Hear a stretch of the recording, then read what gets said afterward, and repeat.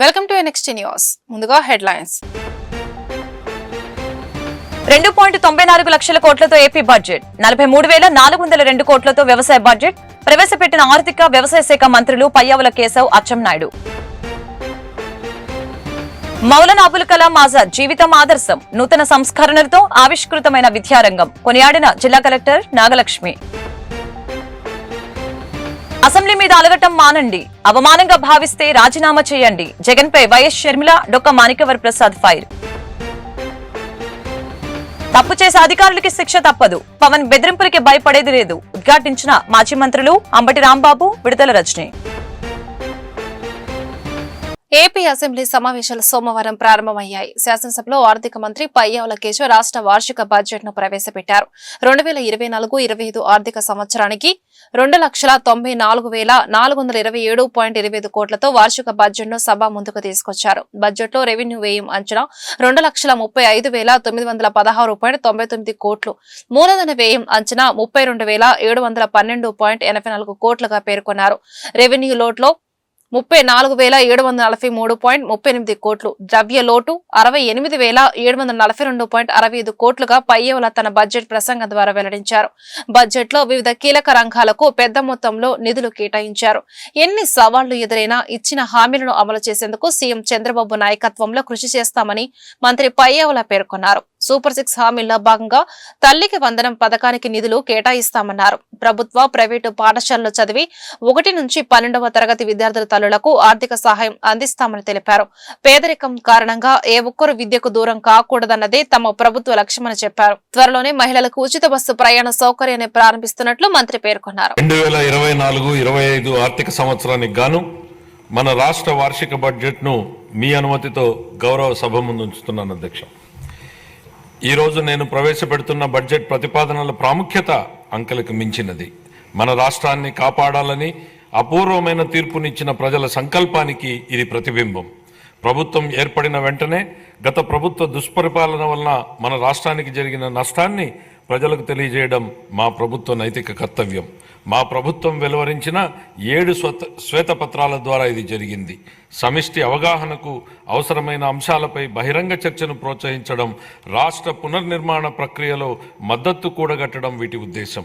ఈరోజు మన రాష్ట్రం ఎదుర్కొంటున్న సవాళ్లు రాష్ట్ర ఆర్థిక వ్యవహారాల దుర్వినియోగం, రాష్ట్ర వనరుల మళ్లింపు, లోపభూయిష్టమైన ఎక్సైజ్ మరియు ఇసుక విధానాల వలన సహజ వనరుల దోపిడీ వలన రాష్ట్ర ఆదాయానికి గండిపడడం, ప్రభుత్వ పన్నులను దారి మళ్లించడం ద్వారా రాబోయే 25 సంవత్సరాల భవిష్యత్తు ఆదాయాన్ని గణనీయంగా తగ్గించడం, పరిమితికి మించి రుణాలను అధిక వడ్డీ రేట్లకు తీసుకోవడం, కేంద్ర ప్రభుత్వ మార్గదర్శకాలను ఉల్లంఘించి రుణాలను తీసుకోవడం, కేంద్ర ప్రాయోజిత పథకాల నిధుల మళ్లింపు, పిల్లల పౌష్టికాహారం కోసం చిక్కి వైద్య సామగ్రి వంటి ముఖ్యమైన పథకాలకు చెల్లింపులు నిలుపుదల, స్థానిక సంస్థల నిధుల మళ్లింపు, ఉద్యోగులకు పేరుకుపోయిన బకాయిలు, వివిధ పనులకు చెందినటువంటి బిల్లుల బకాయిలు, అన్ని ప్రాజెక్టులను స్తంభింపజేయడం ద్వారా నీటిపారుదల రంగం పతనం, ఇంధన రంగం విధ్వంసం, కొత్తగా బ్యాంకింగేతర ఆర్థిక సంస్థను ఏర్పాటు ద్వారా కార్పొరేషన్ల నిధుల మళ్లింపు. పై పేర్కొన్న కారణాల వలన దేశంలో తొలిసారిగా ఆర్థిక గందరగోళ పరిస్థితులు ఎదురయ్యాయి. కంట్రోలర్ అండ్ ఆడిటర్ జనరల్ వారి నివేదికలో రాష్ట్ర ఆర్థిక పరిస్థితిపై ప్రతికూలంగా వ్యాఖ్యానించడం జరిగింది.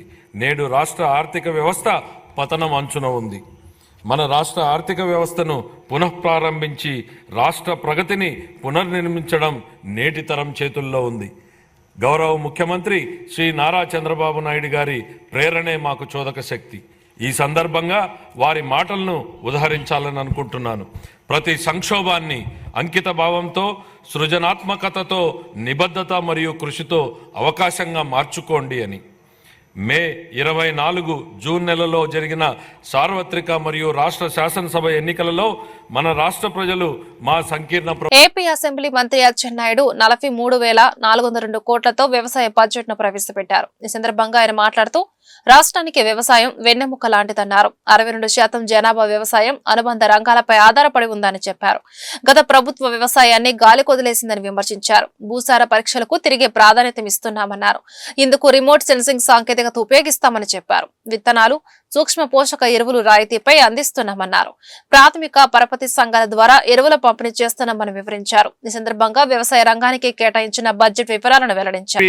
పొలంబడి, భూసార పరీక్ష, రాయితీపై విత్తనాల సరఫరా, గ్రామ స్థాయిలో విత్తనోత్పత్తి, వ్యవసాయ యాంత్రీకరణ, ప్రకృతి వ్యవసాయం వంటి శాస్త్రీయ అంశాలపై ఈ చర్చిస్తున్నాం.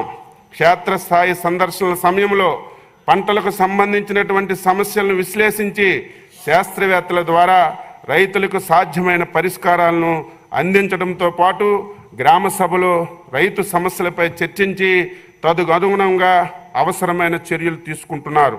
సమస్యలు, ఫిర్యాదులను ఆయా శాఖల ద్వారా పరిష్కరించలేకుంటే వాటిని ఆయా శాఖల రాష్ట్ర స్థాయి ఉన్నతాధికారులకు పంపించడం జరుగుతుంది.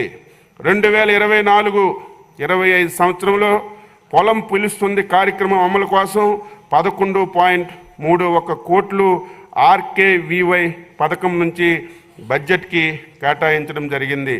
సమీకృత రైతు సమాచార కేంద్రం రైతులు నేరుగా తన సమస్యలను, సందేహాలను టోల్ ఫ్రీ నంబర్ 155251 ద్వారా ఫోన్ చేసి పరిష్కరించుకోవచ్చు.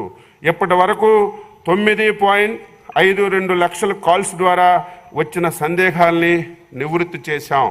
పాడి పంటలు స్టూడియో 2.8 లక్షల మంది సబ్స్క్రైబర్స్తో పాడి పంటలు యూట్యూబ్ ఛానల్ని వివిధ పంటలు, సాగు పద్ధతులు, తెగుళ్ళు నివారణపై శాస్త్రవేత్తలు సమయానుకూలంగా సలహాలతో కూడినటువంటి వీడియోలను రైతులకు పాడి పంటలు స్టూడియో ద్వారా అందించడం జరుగుతుంది.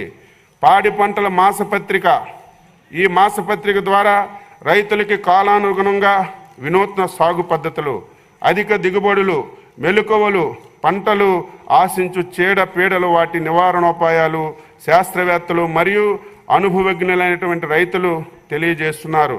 రైతు సేవా కేంద్రాల ద్వారా 54,738 సంధాదారులైనటువంటి రైతులకి ఈ మాసపత్రిక అందిస్తున్నాం. ప్రకృతి వ్యవసాయం ప్రస్తుతం వాతావరణంలో వస్తున్నటువంటి గణనీయమైనటువంటి మార్పులను నిలువరించడానికి ప్రకృతి వ్యవసాయం ఒక్కటే మార్గమని రైతులకు చైతన్యపరచడానికి రైతు సాధికార సంస్థ వ్యవసాయ శాఖ సమన్వయంతో అడుగులేస్తుంది. ఏడాది పొడవునా రైతులు నిరంతరం నికరాదాయం పొందేందుకు ప్రకృతి వ్యవసాయం ఒక మేలైనటువంటి విధానం. అంతేకాక రసాయనిక ఎరువుల వాడకం వల్ల తగ్గిన భూసారాన్ని పునర్జీవింపజేసేందుకు సహజ ఎరువులు వాడకంతో రైతులు నాణ్యమైన పంట దిగుబడి పొందాలనే ఉద్దేశంతో ప్రకృతి వ్యవసాయానికి మా ప్రభుత్వం చేయూతనిస్తుంది. ప్రతిపక్ష హోదా ఇస్తేనే అసెంబ్లీలో అడుగు పెడతానడం వైసీపీ అధ్యక్షుడు జగన్ అవివేకం, అజ్ఞానానికి నిదర్శనమని ఏపీ కాంగ్రెస్ అధ్యక్షురాలు వైఎస్ షర్మిల విమర్శించారు. ఆయన తీరు అత్త మీద కోపం దుత్తపై చూపినట్లుగా ఉందని ఎద్దేవా చేశారు. ఈ మేరకు జగన్ ను ఉద్దేశిస్తూ షర్మిల ఓ ప్రకటన విడుదల చేశారు. ప్రజలు ఓట్లేసింది అసెంబ్లీ మీద అలగటానికో, మైకు ఇస్తేనే వెళ్తానని మారం చేయడానికో కాదు అన్నారు. మిమ్మల్ని ఎమ్మెల్యేగా గెలిపించింది ఇంట్లో కూర్చొని సొంత మైకుల్లో మాట్లాడేందుకు కాదు. మీ స్వయం కృతాపరాధం ప్రతిపక్ష హోదానికి దూరం చేస్తే ఆ హోదా ఇస్తేనే అసెంబ్లీలో అడుగు పెడతానడం మీ అవివేకం, అజ్ఞానానికి నిదర్శనమని వ్యాఖ్యానించారు. అసెంబ్లీ ప్రజాస్వామ్య దేవాలయం. ప్రజా సమస్యల పట్ల అధికార పక్షాన్ని నిలదీసేందుకు ప్రజలు ఇచ్చిన గొప్ప అవకాశం. ప్రభుత్వ వైఫల్యాలపై ప్రజా గొంతుకయ్యే అవకాశం వైసీపీకు ప్రజలు ఇస్తే ప్రతిపక్ష హోదా ఇస్తేనే వస్తామనడం సిగ్గుచేటన్నారు. ప్రతిపక్షం లేకుంటే సభలోనే ప్రజాపక్షం అవ్వాలనే ఇంగితం కూడా లేకపోవడం బాధాకరమన్నారు. విధి నిర్వహణలో జవాబుదారీతనంతో పనిచేయాలని గుంటూరు జిల్లా ఎస్పీ సతీష్ కుమార్ పోలీస్ సిబ్బందికి స్పష్టం చేశారు. ప్రజా సమస్యను పరిష్కరించడమే తొలి ప్రాధాన్యతగా తీసుకోవాలన్నారు. స్పందన కార్యక్రమం దృష్టికి వచ్చిన సమస్యను నిర్దేశిత సమయంలోనే పరిష్కరించారన్నారు. లేని పక్షంలో శాఖపరమైన చర్యలు తప్పవని హెచ్చరించారు. ప్రజా సమస్యల పరిష్కార వేదిక స్పందన కార్యక్రమం సోమవారం గుంటూరు జిల్లా ఎస్పీ కార్యాలయంలో జరిగింది. ఈ కార్యక్రమానికి జిల్లా నలుమూల నుండి వచ్చిన బాధితులు తమ సమస్యను పరిష్కరించాలని కోరుతూ జిల్లా ఎస్పీ సతీష్ కుమార్ కు విజ్ఞాపన పత్రాలు అందజేశారు. ఆయా సమస్యలను తక్షణమే పరిష్కరించాలని సంబంధిత పోలీస్ సిబ్బందికి ఆయన ఆదేశాలు జారీ చేశారు. గుంటూరు వారి తోట 2వ లైన్కు చెందిన డి శ్రీనివాస్ మాట్లాడుతూ తన పేరు మీదున్న కారు రిజిస్ట్రేషన్ మార్చుకోవాలని కోరితే సంబంధిత కారు యజమాని తనపైనే దాడి చేశారని మీడియా ఎదుట వాపోయారు. అలాగే మరో బాధితురాలు మాట్లాడుతూ తనకు రామకృష్ణ అనే కానిస్టేబుల్ చీటీ డబ్బులు ఇవ్వకపోగా తిరిగి తనపైనే కోర్టులో కేసు వేశారని కన్నీటి పర్యంతమయ్యారు. తనకు న్యాయం చేయాలని ఎస్పీని వేడుకున్నారు. శ్రీనివాస్ అండి, నేను గుంటూరు తోట 2వ లైన్లో హేమేష్ గారి ఇంట్లో అద్దెకుంటున్నాను. 13 సంవత్సరాల నుంచి ఆ ఇంట్లో అద్దెకుంటున్నానండి. దాని నిమిత్తమై అతను బాగా నేను ఇన్కమ్ ట్యాక్స్లో ఐటీ రిటర్న్స్ కడుతూ ఉంటాను. నా పేరు మీద కారు తీసుకున్నారు. వాళ్ళు ఏ విధంగా తీసుకున్నారంటే, వాళ్ళకి వచ్చేటప్పటికి జగన్ పథకాలు ఎన్ని పథకాలు ఉంటాయి కాబట్టి రేషన్ కార్డులు అయిపోతాయని చెప్పేసి నా పేరు మీద కారు తీసుకున్నారు. సరే 13 సంవత్సరాల నుంచి మంచిగా ఫ్యామిలీ మెంబర్ లాగా ఉంటున్నాం కదా, అతను కూడా ఒక మంచి ఉపయోగం ఉంటుందిలే అని చెప్పి కారు సరే అని చెప్పి ఇప్పించాను. ఇప్పుడు ఆ కారు మార్చుకోమంటే ఆ కారు అక్కడ కనిపించట్లేదు. కారు వచ్చేటప్పటికి కాంగ్రెస్ పార్టీ గిద్దలూరు ఇన్ఛార్జి అంట ఆయన నారా తిరుమల నాయుడు గారు. ఆయనేమో పొలిటికల్ పవర్ అని చెప్పేసి అతను తీసుకుని ఆ కారు కనిపించలేదు, పేరు మార్చుకోమంటేనేమో ఇంటి మీకు వచ్చి కొట్టడానికి వస్తున్నారు. ఆల్రెడీ మొన్న మంచి రీసెంట్గా వచ్చి ఒక దెబ్బ కూడా కొట్టారు. వచ్చి అమ్మ నా బూతులు కూడా చెట్టాలని బూతులు కూడా తిడతా ఉన్నారు నన్ను. కారు మార్చుకోవడం కోసం ఈరోజు నేను ఎస్పీ గారు వచ్చి అద్దె పెట్టుకొని వస్తున్నాను అన్నమాట. ఒకసారి మీ మిత్రుల సాయంతో, మీడియా మిత్రుల సాయం కూడా కొంచెం నాకు సాయం చేశారు కాబట్టి మీకు కూడా ధన్యవాదాలు తెలుపుకుంటున్నాను. ఎస్పీ గారి కాడికి నా సమస్య గురించి వచ్చాను. రామకృష్ణ అని మా ఇంటి దగ్గర అమరావతి రామకృష్ణ, అది ఆయన పోలీసుగా పనిచేస్తాడంట. ఆయన కాడ చీట్లు కట్టించుకొని నా డబ్బులు తీసుకొని నాకు రూపాయి కూడా డబ్బులు ఇవ్వకోకుండా అదేమంటే నేను పోలీసుని అనేది బెదిరిస్తున్నాడు. వేరే వాళ్ళ చేత షూరిటీ కింద తీసుకున్న చెక్కులు నోట్లు అది వేరే వాళ్ళ చేత నా మీద కోర్టులో వేయించాడు. నాకు న్యాయం చేయమని అడగటానికి నేను ఎస్పీ బంగ్లాకి వచ్చాను. 6 చీట్లు కట్టాను. 5 లక్షల చీట్లు 6 చీట్లు కట్టాం. మా ఫ్యామిలీ కానీ నేను కానీ మొత్తం నా మీద భరోసాతో కట్టించారు మా అమ్మోళ్ళు. అయితే ఆయన 1 రూపాయి కూడా ఇవ్వకుండా మమ్మల్ని 6 లక్షలకి ఇప్పుడు మొత్తం 30 లక్షల చీట్లు 2 చీట్లు ఇచ్చాడు. 20 లక్షల డబ్బులు నాకు రావాలి. కట్టినోళ్ళ మా తమ్ముడు కట్టిండు, నేను కట్టాను, మా అమ్మోళ్ళు కట్టారు, మళ్ళీ మా అన్నోళ్ళు కట్టారు. అందరు చాలా మొత్తం 6 చీట్లు 6గురు కట్టాం. 6 ఫ్యామిలీలు అందరూ వాళ్ళోళ్ళే. చాలా మంది ఉన్నారు. వాళ్ళకి ఎగ్గొట్టారో లేదో నాకైతే తెలియదు. నాకు అన్యాయం జరిగింది కాబట్టి నేను ఎక్కడికొచ్చాను. షూరిటీల కింద తీసుకుంటాడు ఆయన ముందుగానే. షూరిటీల కింద చెక్కు నోటు 2 తీసుకున్నాకే వేస్తాడు డబ్బులు, కట్టించుకుంటాడు డబ్బులు. ఏ స్టేషన్లో చేస్తాడో తెలియదు. ఎస్పీ బంగ్లాలో సివిల్గా ఏదో కానిస్టేబుల్ అని మట్టుకు చెప్పాడు. వాళ్ళ అన్నోళ్ళ ఇంట్లో నేను అద్దెకుండేది. అతని పేరు మాదాసు రామకృష్ణ. వాళ్ళ అన్నోళ్ళ ఇంట్లో ఉండేదాన్ని అద్దెకి. వాళ్ళ ఇంట్లో ఉంటాను ఇట్లా అయింది. నాకు డబ్బులు ఇవ్వకోకుండా ఏమి ఇవ్వకుండా నన్ను ఇప్పుడు కోర్టు పాలు చేశాడు. ఆయన ఎవరో కూడా నాకు తెలియదు. ఇంద్రసేనారెడ్డి అంట నా మీద కేసు వేయించాడు. ఇదిగో కేసు కాగితాలు కూడా నేను చూపిస్తాను. లాయర్ కాదు, ఆయన ఎవరో కూడా తెలియదు. ఎవరో వాళ్ళ ఫ్రెండ్ అంట. కోర్టులో మేమేయలేదండి, వాళ్ళు వేసారు మా మీద చెక్కు. నేను ఇంకా 7 లక్షలు కట్టాలని చెప్పేసి వాళ్ళు వేసారు. ఇగో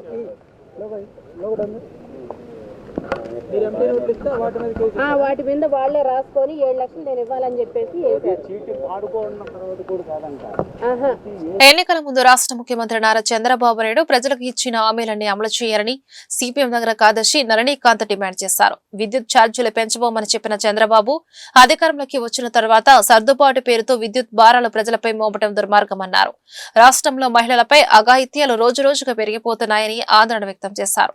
నిత్యావసర సరుకుల ధరను నియంత్రించడంలో పాలకులు ఘోరంగా విఫలమయ్యారని ధ్వజమెత్తారు. ప్రభుత్వ ప్రజా వ్యతిరేక విధానాలను వ్యతిరేకిస్తూ సిపిఎం ఆధ్వర్యంలో సోమవారం జిల్లా కలెక్టరేట్ ఎదుట ధర్నా కార్యక్రమం జరిగింది. ఈ సందర్భంగా నళినీకాంత్ మీడియాతో మాట్లాడుతూ సూపర్ 6 పథకాలను తక్షణమే అమలు చేయాలని డిమాండ్ చేశారు. అలాగే ఉచిత ఇసుక పాలసీని పారదర్శకంగా అమలు చేయాలన్నారు. మహిళా సంరక్షణ చట్టాలను పగడ్బందీగా అమలు కావాలన్నారు. ఈ కార్యక్రమంలో సిపిఎం నేతలు పాల్గొన్నారు. అధిక ధరలు నియంత్రించాలని చెప్పి, ఉద్యోగ ఉపాధి కల్పించాలని, మహిళలపై ఆడపిల్లలపై లైంగిక వేధింపులు ఆపాలని కేంద్ర ప్రభుత్వం దీనిపై తక్షణమే చర్యలు తీసుకోవాలని చెప్పి, అలానే రాష్ట్ర ప్రభుత్వం ఎన్నికల్లో ఏవైతే వాగ్దానం చేసిందో ఆ వాగ్దానాన్ని తక్షణం అమలు చేయాలని చెప్పి భారత కమ్యూనిస్టు పార్టీ సిపిఎం పార్టీ ఆధ్వర్యంలో ఈరోజు కలెక్టర్ కార్యాలయం ముందు ధర్నా కార్యక్రమం చేస్తూ ఉన్నాం. ఈరోజు దేశంలో ధరలు తీవ్రంగా పెరిగిపోయినాయి. సామాన్య మానవులు నిత్యావసర సరుకులు కొనుక్కోవాలంటే తీవ్రమైన ఇబ్బంది పడుతూ ఉన్నారు. ఉపాధి లేకపోవడం వల్ల, ధరలు పెరగడం వల్ల అర్ధాకలు తలవటేస్తున్న ప్రజలున్నారు. ప్రభుత్వం దీని మీద ఎలాంటి చర్యలు తీసుకోవటం లేదు. కేంద్ర రాష్ట్ర ప్రభుత్వాలు ఉచిత హామీలు అనేక విస్తావన తప్పితే సామాన్య మానవులకు అందుబాటులో వస్తువులు తీసుకురావడంలో మాత్రం ఎలాంటి చొరవ చేయటం లేదు.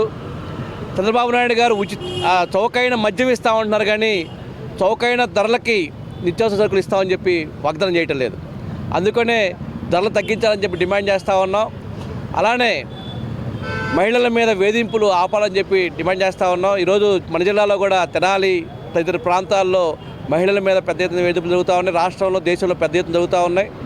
దీన్ని అరికట్టడం కోసం గట్టి పటిష్టమైనటువంటి చర్యలు చేపట్టాలని చెప్పి కోరుతా ఉన్నాం.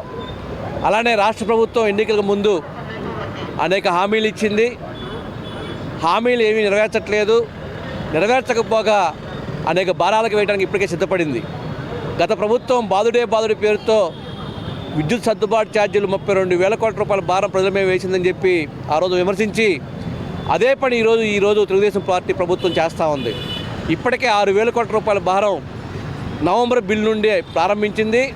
ఇంకో 19,000 కోట్ల రూపాయల భారాన్ని వేయడానికి ఆల్రెడీ నిర్ణయం తీసుకుందా ఉంది. ఈ విధంగా గత ప్రభుత్వానికి ఈ ప్రభుత్వానికి భారాలు వేయడంలో ఏమాత్రం తేడా లేని పరిస్థితి ఈరోజు వస్తూ ఉంది. ఉచిత ఇసుక అని పథకం పెట్టింది తప్పితే పథకంలో ఉచితం ఉంది తప్పితే ఇసుకలో ఉచితం లేదు. గత ప్రభుత్వం కంటే ఎక్కువ రేటు పెట్టి ఇసుక కొనాల్సి వస్తూ ఉంది. అందుకని భవన యజమానులు ఎవరు నిర్మాణాలు ప్రారంభించడానికి ముందుకు రాని పరిస్థితి, ఉపాధి లేక ఇబ్బందులు పడుతున్న కార్మికులు ఇబ్బంది పడుతున్న పరిస్థితి ఉంది. అలానే సూపర్ 6 పేరుతో అనేక హామీలు రాష్ట్ర ప్రభుత్వం ఇచ్చింది. ఆ హామీలు ఏమిటికి సిద్ధపట్టలేదు. తల్లికి వందనం పేరుతో 15,000 రూపాయలు చదువుకునే బిడ్డలకి ఇస్తామని చెప్పారు. ఆడబిడ్డలకి నెలకు 1,500 రూపాయలు ఇస్తామని చెప్పారు. ఉచిత ప్రయాణం అని చెప్పారు. అలానే నిరుద్యోగ భృతి 3,000 రూపాయలు ఇస్తామని చెప్పారు. ఇవేవి అమలుకి కనీసం ప్రభుత్వం ప్రయత్నం చేయటం లేదు. ఇది అమలు చేస్తాం పలానా తేదీ నుండి కూడా ఇంతవరకు సిద్ధపట్టలేదు. ఆంధ్రప్రదేశ్ అసెంబ్లీ సమావేశాలు ప్రారంభమైన నేపథ్యంలో రాష్ట్ర ముఖ్యమంత్రి నారా చంద్రబాబు నాయుడు ఎస్సీ వర్గీకరణ అమలుపై స్పష్టమైన కార్యాచరణ ప్రకటించారని నవ్యాంధ్ర ఎంఆర్పీఎస్ గుంటూరు జిల్లా అధ్యక్షులు సుంకర బాబు మాదిగ డిమాండ్ చేశారు. కేంద్ర రాష్ట్ర ప్రభుత్వాలు భర్తీ చేయాలనుకున్న ఉద్యోగాలలో సుప్రీంకోర్టు తీర్పును ఖచ్చితంగా అమలు చేయాలన్నారు. వర్గీకరణ అమలు కోసం ప్రభుత్వం వేస్తామన్న కమిటీ రిపోర్టు వచ్చే వరకు డిఎస్సీ ఉద్యోగాల నియామకాలు, ఇతర ప్రభుత్వ ఉద్యోగాల నియామకాలు భర్తీ చేయకుండా ఆపాలని కోరుతూ గుంటూరు జిల్లా కలెక్టర్ నాగలక్ష్మికి సోమవారం విజ్ఞాపన పత్రం అందజేశారు. ఈ మేరకు ఆయన మీడియాతో మాట్లాడుతూ ఎస్సీ వర్గీకరణకు చట్టబద్దత కల్పించడంలో కూటమి ప్రభుత్వం తన నిర్ణయాన్ని తక్షణమే ప్రకటించాలన్నారు. తెలుగుదేశం ప్రభుత్వం ఈ రోజు నుంచి జరగబోయే అసెంబ్లీ సమావేశాల్లో ఎస్సీ వర్గీకరణపై ఒక స్పష్టత ఇవ్వాలని కోరుతున్నాం. నారా చంద్రబాబు నాయుడు గారిని అసెంబ్లీ సమావేశాల్లో ఒక స్పష్టత ఇవ్వాలని ఎస్సీ వర్గీకరణపై కోరుతున్నాం. వచ్చిన మీడియా మిత్రులకి, అలాగే నవ్యాంధ్ర ఎంఆర్పీఎస్ నాయకులకు, కార్యకర్తలకు నా సామాజిక ఉద్యమ నమస్కారాలు. నా పేరు సుంకర్ నాని మాదిగా. నేను నవ్యాంధ్ర ఎంఆర్పీఎస్ గుంటూరు జిల్లా అధ్యక్షుడిని. అయితే ఆగస్టు 1వ తారీఖున సుప్రీంకోర్టు షెడ్యూల్ కులాల రిజర్వేషన్ గురించి ఒక తీర్పు భారతదేశంలో ఉండబడే రాష్ట్రాలన్నీ చేసుకోవచ్చని తీర్పుని ఇవ్వడం జరిగింది. తీర్పు ఇచ్చిన వెంటనే తెలంగాణ గవర్నమెంట్ రేవంత్ రెడ్డి గారు అసెంబ్లీలో ప్రకటన చేసి ఎస్సీ వర్గీకరణ అనుకూలంగా ఒక కమిటీని ఏర్పాటు చేయడం జరిగింది. అదేవిధంగా కర్ణాటక ప్రభుత్వం సిద్ధరామయ్య గారు కూడా ఒక ప్రకటన ఎస్సీ వర్గీకరణపై ఇవ్వటం జరిగింది. అయితే ఆంధ్ర రాష్ట్ర ముఖ్యమంత్రి సీఎం చంద్రబాబు నాయుడు గారు ఎస్సీ వర్గీకరణ పట్ల నిర్లక్ష్య వైఖరిగా ఉన్నట్లు మాకు అర్థమవుతుంది. ఎందుకంటే చంద్రబాబు నాయుడు గారు ఆగస్టు 1వ తారీఖున తీర్పు వచ్చిన తర్వాత 10,000 మెడికల్ సీట్లు విడుదల చేయడం జరిగింది. ఈ 10,000 మెడికల్ సీట్లు విడుదల చేయటం వలన మాదిగ ఉపకులాల విద్యార్థులు అంటే 1,000 సుమారు సీట్లు కోల్పోవాల్సి వచ్చింది. అదేవిధంగా మొన్న పోయిన వారంలో జరిగిన కేబినెట్ సమావేశంలో, మంత్రివర్గ సమావేశంలో 32 అంశాలపై కేబినెట్ సమావేశం కొనసాగింది. ఈ 32 అంశాలే కాక ఎస్సీ రిజర్వేషన్ అంశం లేకపోవటం మాకు అలా అనిపించింది. అదేవిధంగా ఈ రోజు నుంచి జరగబోయే అసెంబ్లీ సమావేశాల్లో ఎస్సీ వర్గీకరణపై చంద్రబాబు నాయుడు గారు ఒక స్పష్టత ఇవ్వాలని నవేంద్ర ఎంఆర్పిఎస్గా మేము డిమాండ్ చేస్తున్నాం. అదేవిధంగా మాకు సుప్రీంకోర్టు తీర్పే మా విజయంగా భావించట్లేదు. పార్లమెంట్లో ఆర్టికల్ 341ను అమెండ్మెంట్ చేసి పార్లమెంట్లో రాజ్యాంగ సవరణ చేయాలన్నదే మా 3.5 దశాబ్దాల చిరకాల కోరిక. శీతాకాల పార్లమెంట్ సమావేశాలు డిసెంబర్లో జరగనున్నాయి. అయితే డిసెంబర్లో పార్లమెంట్లో చట్టబద్ధీకరించాలని మేము భారతదేశ ప్రధానమంత్రి నరేంద్ర మోడీ గారిని కోరుకుంటున్నాం.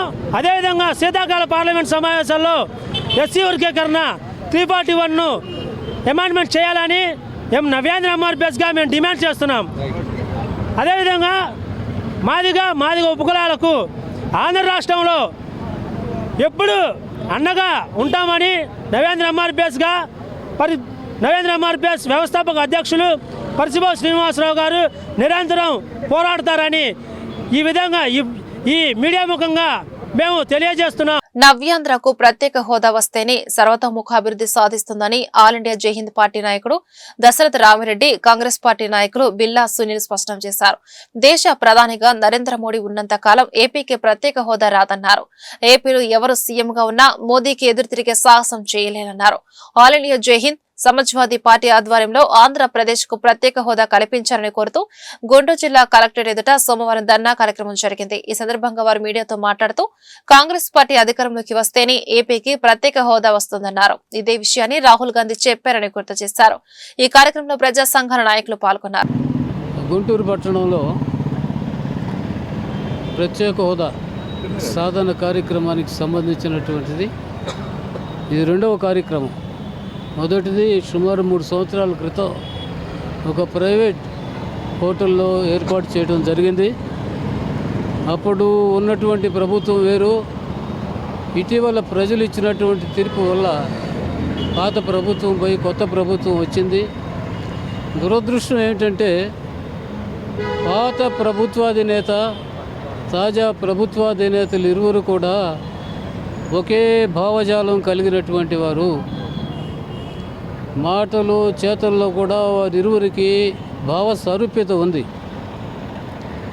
భావాల్లోనే కాదు వాళ్ళ యొక్క స్వగ్రామాలు కూడా ఇంచుమించు దగ్గరలోనే ఉంటాయి. కొండకు అటువైపు నారా చంద్రబాబు నాయుడు గారు ఉంటారు. శేషాచల అడవులకి ఇటువైపు జగన్మోహన్ రెడ్డి గారు ఉంటారు. భౌగోళిక సారూప్యత కాకుండా భావ సారూప్యతలో కూడా ఇద్దరు ఒకటే. ఇద్దరు కూడా రాష్ట్ర ప్రజలను వంచినటువంటి వారు. ఇద్దరు కూడా రాష్ట్ర ప్రజలకు ద్రోహం చేసినటువంటి వారు. స్వీయ ప్రయోజనాల కోసం సుమారు 8 కోట్ల రాష్ట్ర ప్రజల యొక్క విశాల ప్రయోజనాలను ఢిల్లీ పెద్దలకు ఢిల్లీలో నడిబొడ్డులో తాకట్టు పెట్టినటువంటి కుచరిత్ర వీరిది. హీనమైనటువంటి చరిత్ర వీరిది. మాట తప్పినటువంటి వారికి మరలా ప్రజలు ఎందుకు ఓట్లేస్తున్నారో తెలియదు. ఒకనాడు ఇరువురు ముఖ్యమంత్రులు కూడా వారు అధికారంలో ఉన్నప్పుడు ఆంధ్రప్రదేశ్ రాష్ట్రానికి ప్రత్యేక హోదా కావాలని దీక్ష పూనినటువంటి మాట వాస్తవం కాదా అని అడుగుతున్నాను. చంద్రబాబు నాయుడు గారు కానీ జగన్మోహన్ రెడ్డి గారు కానీ వారు ముఖ్యమంత్రులుగా ఉన్నప్పుడు కనకదుర్గమ్మ వారి సాక్షిగా ఆమె పాదాల చెంత ప్రమాణం చేసి ఈ రాష్ట్రానికి తమ చివరి రక్తపు బొట్టునైనా చిందించి ప్రత్యేక హోదా సాధిస్తామని చెప్పినటువంటి మాట వాస్తవం కాదా అని అడుగుతూ ఉన్నాను. ఆ రోజు నీకు ప్రత్యేక హోదా తీపయింది, ఈరోజు నీకు ప్రత్యేక హోదా చేదైందా అని చంద్రబాబు నాయుడు గారిని నేను అడుగుతూ ఉన్నాను. ఆ రోజు ప్రత్యేక హోదా తప్ప అందుకు తక్కువైనటువంటిది ఏది కూడా రాష్ట్ర ప్రజలను సంతృప్తి పరచలేదని చెప్పినటువంటి నువ్వు ఈరోజు అదేమన్నా తీయటి పదార్థమా, చెరకు రసమా, అమృతమా? నా పేరు బిల్లా సునీల్, నేను జిల్లా ప్రధాన కార్యదర్శి కాంగ్రెస్ పార్టీ మరి ఆఫీస్ ఇన్ఛార్జి. మరి ఈరోజు గుంటూరు జిల్లా కలెక్టర్ ఎదుటిగా ఈ రాష్ట్రానికి ప్రత్యేక హోదా రావాలని ఏర్పాటు చేసిన కార్యక్రమంలో ఇక్కడ పెద్దలందరికీ నమస్కారాలు. ఈ రాష్ట్రానికి ప్రత్యేక హోదా రావాలంటే కేంద్రంలో కాంగ్రెస్ పార్టీ అధికారం రావాలా, రాహుల్ గాంధీ ప్రధానమంత్రి అయితేనే ఈ రాష్ట్రం ప్రత్యేక హోదా వస్తుంది. 2014 నుంచి కూడా ఈ రాష్ట్రంలో అధికారం కోసం ప్రాంతీయ పార్టీలన్నీ కూడా ఓట్ల కోసం ఈ ప్రత్యేక హోదాను అడ్డుపెట్టుకొని బతుకుతున్నారు. మన ఆనాడు ఇప్పుడున్నటువంటి సీఎం తిరుపతి సాక్షిగా, మరి నరేంద్ర మోడీ గారు తిరుపతి సాక్షిగా ఈ రాష్ట్రం ప్రత్యేక హోదా ఇస్తా అన్నారు. జగన్మోహన్ రెడ్డి గారు అయితే నాకు 25 పార్లమెంట్ సీట్లు ఇవ్వండి, మరి కేంద్రం త్వరలోంచి అయినా సరే ఈ రాష్ట్రం ప్రత్యేక హోదా తెస్తా అన్నారు. తెచ్చింది లేదు.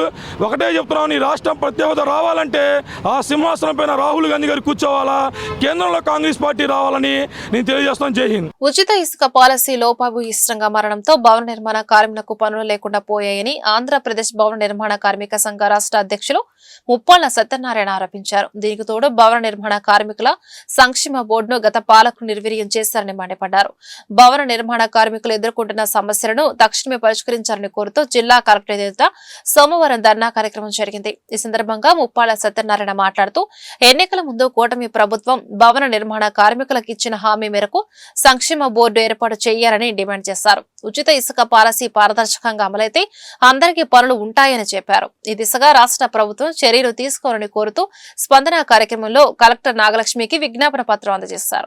ముప్పాళ్ల సత్యనారాయణ ఈరోజు రాష్ట్ర భవన నిర్మాణ కార్మిక సంఘం పిలుపు మేరకు జిల్లా కలెక్టర్ కార్యాలయం దగ్గర ధర్నా జరుగుతూ ఉంది. ఇసుక పాలసీ ఇసుక ఉచితంగా ఇస్తామని చెప్పి మరి కూటమి ప్రభుత్వం చెప్పిన తర్వాత గత 4 నెలల నుంచి ఇంతవరకు కూడా సరైన పాలసీ ప్రవేశపెట్టకపోవడం వల్ల కార్మికులకు పనులు లేక నానా ఇబ్బందులు పడుతూ ఉన్నారు.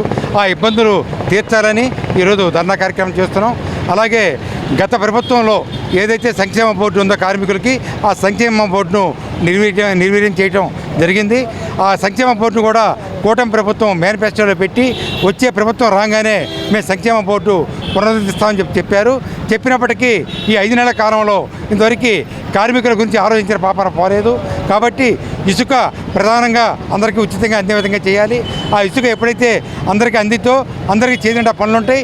32 రకాల పనివారాల మొత్తానికి కూడా పనులు ఉండటం వల్ల అందరూ కూడా ఆకలితో మాడాల్సిన పని లేకుండా పోతుంది.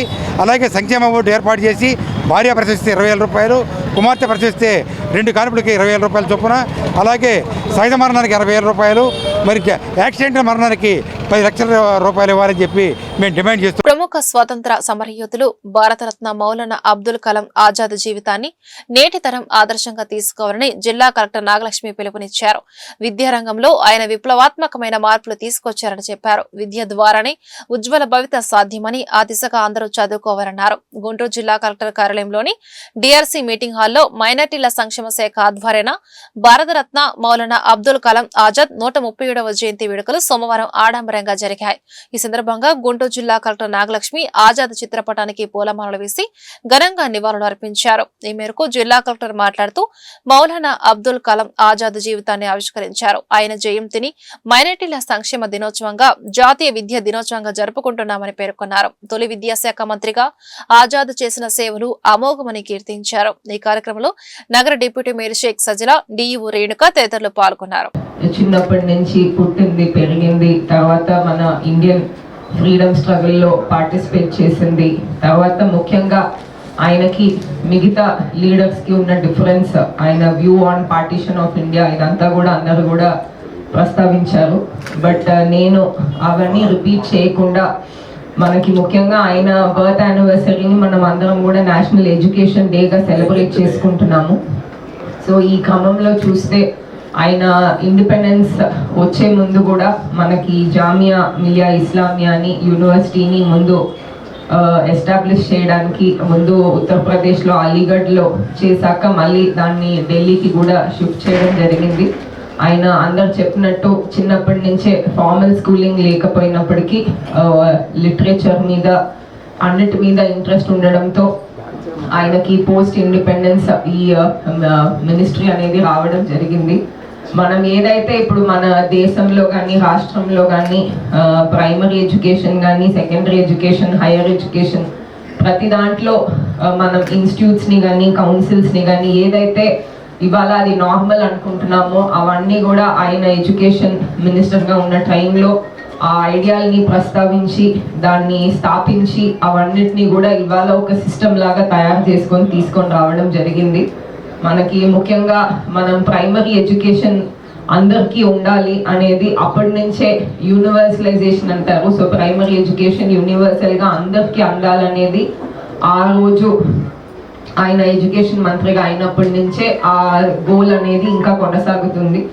ఇదే కాకుండా మనకి సెకండరీ ఎడ్యుకేషన్ దగ్గర వచ్చినప్పటికీ దాంట్లో గ్రూప్స్ మనం అందరం కూడా ఇప్పుడు సెకండరీ ఎడ్యుకేషన్లో ఎంపీసీ బైపీసీ ఇలా విడివిడిగా గ్రూప్స్ మాట్లాడుతున్నాం. సో ఇలాంటి స్పెషలైజేషన్ని కూడా ముందు ఆ రోజు ఇంట్రడ్యూస్ చేసింది ఆయన మంత్రిగా ఉన్నప్పుడే. తర్వాత ఇదే కాకుండా వొకేషనల్ ఎడ్యుకేషన్ కూడా ఆ రోజు ఆయన హయాంలోనే ఇంట్రడక్షన్ అయ్యింది.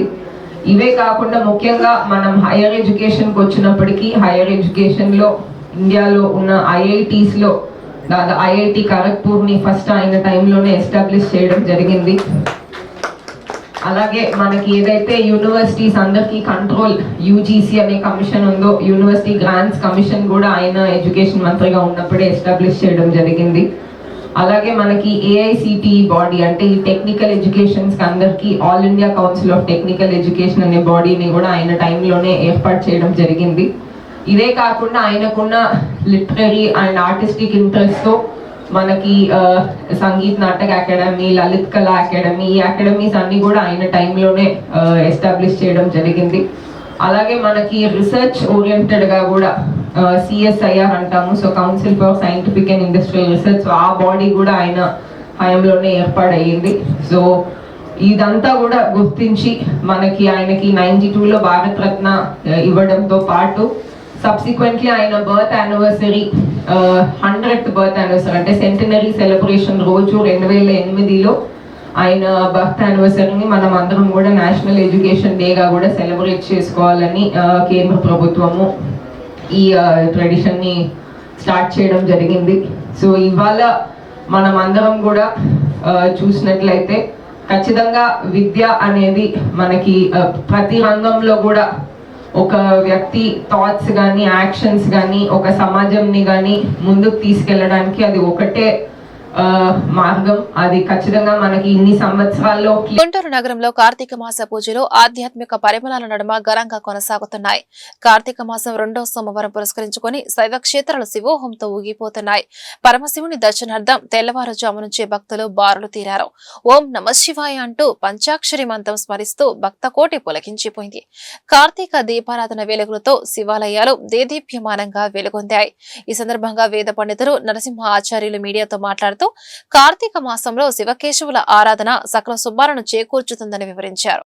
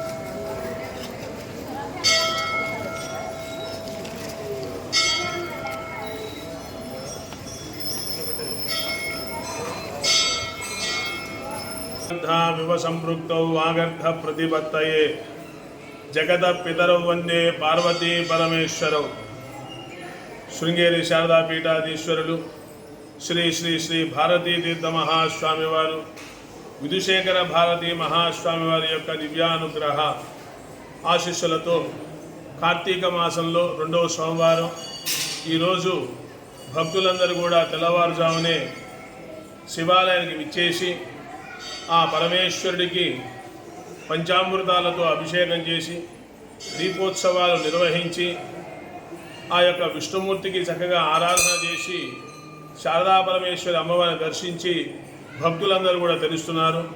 అంతేకాకుండా రేపటి రోజున కార్తీక శుద్ధ ఏకాదశి పర్వదినం శృంగేరి శారదాపీఠంలో సామూహికంగా 108 మంది దంపతుల చేత శ్రీ రమా సహిత సత్యనారాయణ స్వామి వ్రతం అత్యంత వైభవపేతంగా నేత్రపర్వంగా నిర్వహించబడుతున్నది. భక్తులందరూ కూడా ఈ వ్రతంలో పాల్గొని ఈ యొక్క వ్రతాన్ని ఆచరించి శ్రీ రమా సహిత సత్యనారాయణ స్వామి వారి యొక్క అనుగ్రహానికి పాత్రలు కావాల్సిందిగా మనం చేస్తున్నాం. నమ పార్వతీపతయే హర హర మహాదేవ. జై శ్రీమద్ రమారమణ గోవింద హరి. అసెంబ్లీ సమావేశాలను బహిష్కరించిన వైఎస్ఆర్ కాంగ్రెస్ పార్టీ గురించి మీడియా సమావేశం అరండలపేటలోని తన కార్యాలయంలో డొక్కా మాణిక్యవర ప్రసాద్ నిర్వహించారు. ఈ సందర్భంగా డొక్కా మాణిక్యవర ప్రసాద్ మీడియాతో మాట్లాడుతూ మంచి బడ్జెట్ రావాలని ఆశిస్తున్నామని అన్నారు. బడ్జెట్ సమావేశాన్ని వైసీపీ పార్టీ బహిష్కరించడం అనేది అనైతికమని అన్నారు. బాబాసాహెబ్ అంబేద్కర్ రాజ్యాంగాన్ని రూపొందించారు. అలాంటి రాజ్యాంగాన్ని వైసీపీ నాయకులు అపహాస్యం చేస్తున్నారని అన్నారు. అసెంబ్లీ అంటే దేవాలయం, అలాంటి దేవాలయాన్ని బహిష్కరించడం దారుణమని అన్నారు. వైఎస్ఆర్ కాంగ్రెస్ పార్టీకి రాజీనామా చేసి ఎన్నికలకు వెళ్లాలని డిమాండ్ చేశారు. వైసీపీ పార్టీ రాజ్యాంగాన్ని అపహాస్యం చేస్తుందని అన్నారు. అసెంబ్లీ సమావేశాలను బహిష్కరించిన వైఎస్ఆర్ కాంగ్రెస్ పార్టీ విషయంపై నేను స్పీకర్ కి, గవర్నర్ కి లెటర్ రాస్తానని అన్నారు. వైసీపీ సభ్యత్వాన్ని రద్దు చేయాలని కోరుతున్నారని అన్నారు. పవన్ కళ్యాణ్ కూతురు, భార్య గురించి సోషల్ మీడియాలో వైసీపీ సైకోలు మాట్లాడడం తప్పేనని అన్నారు. చాగంటి కోటేశ్వరరావుతో వైసీపీ సోషల్ మీడియా వారికి పాఠాలు నేర్పించారని అన్నారు. చంద్రబాబు నాయుడు కుటుంబం గురించి వైసీపీ ఎమ్మెల్యేలు ఇష్టం వచ్చినట్లు మాట్లాడడం వలని ఆయన అసెంబ్లీని బాయ్కాట్ చేశారని అన్నారు.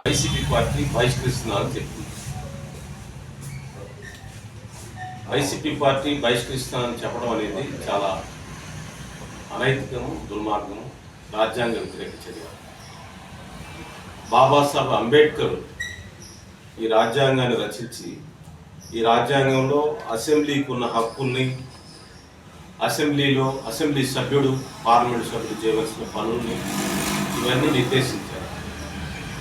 అసెంబ్లీ సమావేశాల్ని, అసెంబ్లీ అనేది ఒక దేవాలయం, అసెంబ్లీ దేవాలయాన్ని మేము బహిష్కరిస్తామని చెప్తున్నటువంటి వైసీపీ నేతలు దేవాలయాన్ని బహిష్కరించట్లేక, ప్రజాస్వామ్య దేవాలయాన్ని బహిష్కరించట్లేక. ప్రజాస్వామ్య దేవాలయాన్ని బహిష్కరించడం అంటే వాళ్ళు ఎంత దుర్మార్గులో అర్థం చేసుకోవచ్చు. ప్రజాస్వామ్య దేవాలయం అయినటువంటి అసెంబ్లీని బహిష్కరిస్తే వాళ్ళ సభ్యత్వాలు ఎందుకు? సభ్యత్వం రాజీనామా చేయొచ్చు కదా. దమ్ముంటే సభ్యత్వం రాజీనామా చేసి మళ్ళీ 6 నెలల్లో ఎన్నికలు వస్తాయి. 11 మంది ఎన్నికల్లో పోటీ చేయండి. మీకు అసెంబ్లీ మీద గౌరవం లేదు, అంబేద్కర్ గారి మీద గౌరవం లేదు. అసెంబ్లీని బహిష్కరించడం అంటే అంబేద్కర్ గారిని అగౌరవపరచడం. అసెంబ్లీని ఈరోజు వాళ్ళు అసెంబ్లీ దేవాలయం, ప్రజాస్వామ్య దేవాలయాన్ని బహిష్కరిస్తున్నామంటే బాబాసాహెబ్ అంబేద్కర్ని 75 సంవత్సరాలు రాజ్యాంగం వచ్చి 75 సంవత్సరాల ఉత్సవాలు రేపు నవంబర్ 26 చేసుకోబోతా ఉన్నాం. రాజ్యాంగం ద్వారా అనేక మంది హక్కులు నిలబడ్డాయి, ప్రజాస్వామ్యం నిలబడిందని గర్వంగా చెప్పుకుంటామంటే వైసీపీ ప్రజాస్వామ్యాన్ని అపహాస్యం చేస్తుందంటే వాళ్ళు ఎందుకు వాళ్ళకి సిగ్గుతో తల ఉంచుకోవాలి? వాళ్ళు రాజీనామా చేయాలి. దేవాలయాన్ని బహిష్కరిస్తున్నందుకు వాళ్ళని సమాజం దూరంగా పెట్టాలి. అసెంబ్లీ ప్రజాస్వామ్య దేవాలయాన్ని బహిష్కరిస్తాం. నేను డిమాండ్ చేస్తా ఉన్నాను, స్పీకర్ గారు, గవర్నర్ గారు జోక్యం చేసుకున్నారు. వాళ్ళ సభ్యత్వాన్ని రద్దు చేయాలి. ఏ కారణం దృష్ట్యా రద్దు చేసి ఈరోజు బహిష్కరిస్తున్నారండి వాళ్ళు? అసెంబ్లీకి వచ్చి ఆ బడ్జెట్ మాకు నచ్చలేదని చెప్తారు ఎవరైనా, ఏదైనా ప్రతిపక్షం యొక్క గొంతు వినిపించడం కోసం. ఆ బడ్జెట్లో మాకు ప్రజలు ఆశించేటట్లు లేదని చెప్పుకుంటారు. అలా కాకుండా అసలు రావడానికే తృణీకరించారంటే నువ్వు ప్రజాస్వామ్యంలో మీరు అవసరమా? వైఎస్ఆర్ కాంగ్రెస్ పార్టీ సోషల్ మీడియాలో తెలుగుదేశం పార్టీ నాయకులపై అనుచిత వ్యాఖ్యలు మరియు అసభ్యకర పోస్టులు పెట్టిన కేసులో గుంటూరు జిల్లా కారాగారంలో 14 రోజుల రిమాండ్లో ఉన్న సుధారాణిని మాజీ మంత్రి విడుదల రజని, గుంటూరు తూర్పు నియోజకవర్గ వైఎస్ఆర్ కాంగ్రెస్ పార్టీ సమన్వయకర్త షేక్ నూరి ఫాతిమా పరామర్శించారు. అనంతరం వారి మీడియాతో మాట్లాడారు. వైసీపీ సోషల్ మీడియాలో చాలా యాక్టివ్ గా ఉండేది సుధారాణి అని అన్నారు. కూటమి అధికారంలోకి వచ్చాక సిరిసిల్ల నుండి అరెస్టు చేశారని తెలిపారు. అరెస్టు చేసిన 4 రోజుల నుండి వేరే స్టేషన్ కు తిప్పుతూ కొట్టారని చెప్పారు. సీఎస్ సురేష్ మహిళ అని చూడకుండా సుధారాణిపై అసభ్య పదజాలంతో మాట్లాడాడని అన్నారు.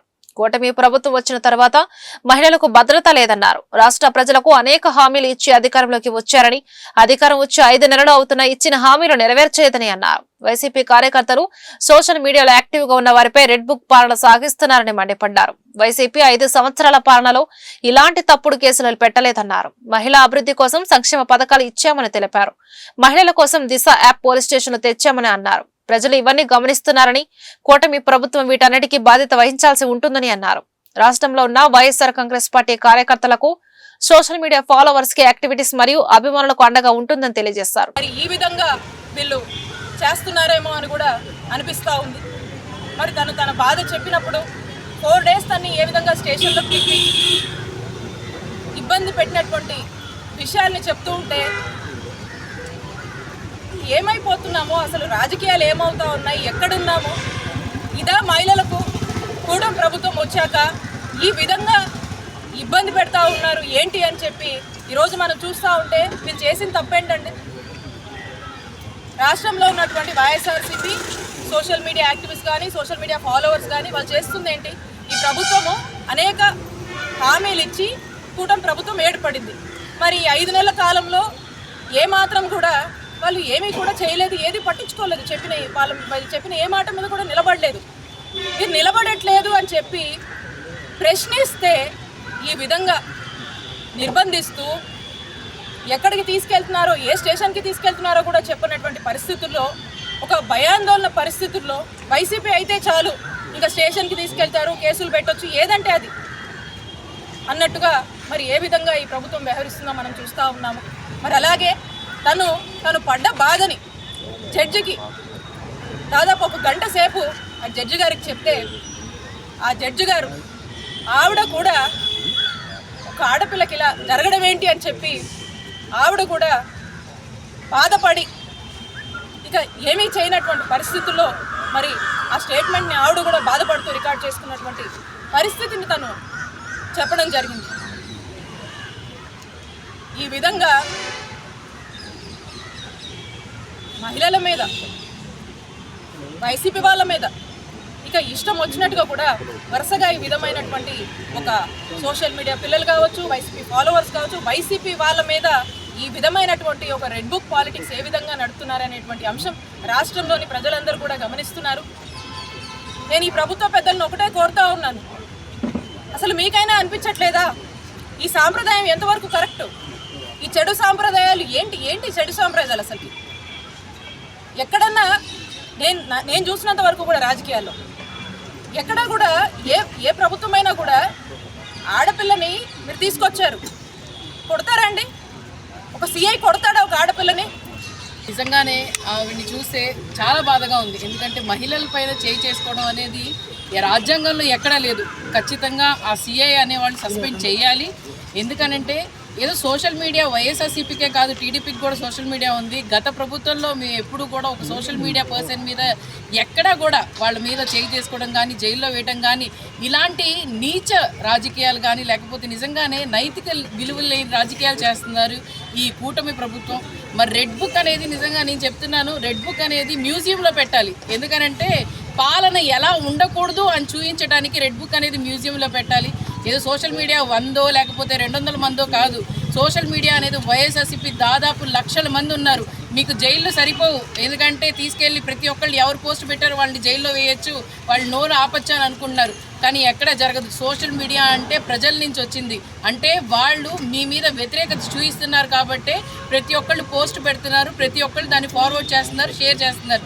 అది మీకు అర్థం కావట్లేదు. దాన్ని ఏదో కప్పుపుచ్చుదాము, ఇలాంటి ప్రతి ఒక్కళ్ళు సోషల్ మీడియా యాక్టివ్గా ఉన్న వాళ్ళందరినీ మరి ఇలా జైల్లోకి పంపిస్తే మిగతా వాళ్ళు ఆపుతారని అనుకుంటున్నారు. ఖచ్చితంగా ప్రజలు కూడా బుద్ధి చెప్తారు. బుద్ధి చెప్పే సమయం కూడా దగ్గరలోనే ఉంది. మీరు ఖచ్చితంగా దీన్ని మాత్రం మూల్యం చెల్లిస్తారని చెప్పి చెప్తున్నాను. అలాగే కూటమి ప్రభుత్వం ప్రజలకు ఏం కావాలో చూస్తే బాగుంటుంది. ఇలాంటి పాలనలు ఇలాంటివి ఎవరికి ఒక ఎగ్జాంపుల్ ఇద్దామనుకున్నారో నాకు అర్థం కావట్లేదు. వేరే రాష్ట్రాల వాళ్ళు కూడా చూసి గత ప్రభుత్వంలో జగన్మోహన్ రెడ్డి గారు చక్కగా చేశారు. జగన్మోహన్ రెడ్డి గారు వాలంటీర్ సంస్థ బాగుంది, జగన్మోహన్ రెడ్డి గారు తీసుకొని వచ్చిన సంక్షేమ పథకాలు బాగున్నాయి, అమలు చేద్దామని చెప్తున్నారు. అలాగే ఇప్పుడు ఆంధ్రప్రదేశ్ అంటే అరే బాబు ఎందుకు మాకు ఆంధ్రప్రదేశ్, దాంట్లో అంతా రెడ్ బుక్ పాలన జరుగుతుంది. రెడ్ బుక్ అంటేనే నిజంగానే కూటమి ప్రభుత్వం వాళ్ళకి అదేదో గర్వంగా ఉంది. కానీ రాష్ట్ర వ్యాప్తంగా పోలీసులు సోషల్ మీడియా కార్యకర్తలపై అక్రమ కేసులు పెట్టి అరెస్టు చేస్తున్నారని గుంటూరు జిల్లా వైసీపీ అధ్యక్షులు మాజీ మంత్రి అంబటి రాంబాబు మండిపడ్డారు. సోషల్ మీడియా కార్యకర్తలను పోలీసులు 3-4 రోజులు అక్రమంగా నిర్బంధించి చిత్రహింసలకు గురి చేస్తున్నారని సీరియస్ అయ్యారు. దీనిపై వైసీపీ లీగల్ సెల్ హైకోర్టులో హేబియస్ కార్పస్ పిటిషన్ వేసిన తర్వాత కూడా అరెస్టులు చేపిస్తున్నారని అన్నారు. ఆయన గుంటూరులో సోమవారం మీడియాతో మాట్లాడారు. అక్రమ కేసులు బనాయించిన అధికారులను మేం అధికారంలోకి వచ్చిన తర్వాత వదిలే ప్రసక్తే లేదని వైఎస్ జగన్ చెప్పిన విషయాన్ని ఆయన గుర్తు చేశారు. వైఎస్ జగన్ చేసిన వ్యాఖ్యలపై సుమోటోగా కేసు నమోదు చేయాలని పవన్ కళ్యాణ్ అనడాన్ని ఆయన తప్పుపట్టారు. పవన్ బెదిరింపులకు భయపడేవారు ఇక్కడ ఎవరూ లేరు అన్నారు. చంద్రబాబు నాయుడు ప్రతిపక్షంలో ఉన్నప్పుడు పోలీసులు సంఘ విద్రోహ శక్తులని వ్యాఖ్యలు చేశారు. ఆయన చేసిన వ్యాఖ్యలపై మరీ సుమోటోగా కేసు నమోదు చేయాలిగా అని పవన్ ను సూటిగా ప్రశ్నించారు. సుధారాణి అక్రమ అరెస్టును మాజీ మంత్రి విడుదల రజనీపై అసభ్యకర పోస్టులు పెట్టిన వైనాన్ని వివరించారు. దీనిపై సాక్షాత్తు డీజీపీకి ఫిర్యాదు చేసినా ఇప్పటివరకు ఎందుకు యాక్షన్ తీసుకోలేదని ప్రశ్నించారు.